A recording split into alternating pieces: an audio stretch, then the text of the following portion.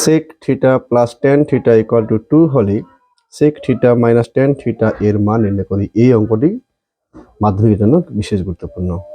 তাহলে দেখো sec square tan square দেওয়া আছে, আর আমরা জানি যে sec square theta minus tan square theta equal to 1। এটা হলো ফর্মুলা, এটা মনে রাখতে লাগবে। এবার এটাকে যদি আমি a মনে করি, এটাকে যদি b মনে করি, তাহলে a square minus b square, সেটা ফর্মুলা হয় a plus b into a minus b, অর্থাৎ sec theta plus tan theta একবার হবে ইন্টু ব্র্যাকেটগুলোকে বলা into sec theta minus tan theta equal to 1। এবার sec প্লাস tan এখানে দেওয়া আছে, দেখো sec প্লাস tan 2, তাহলে এই পুরোটার জন্য আমি এখন 2 লিখবো, তারপর ব্র্যাকেট দিয়ে sec theta minus tan theta equal to 1। তাহলে আমার উত্তরটা হয়ে যাচ্ছে যে sec theta minus tan theta, 1টা উপরে 2টা নিচে, এই হলো অ্যান্সার।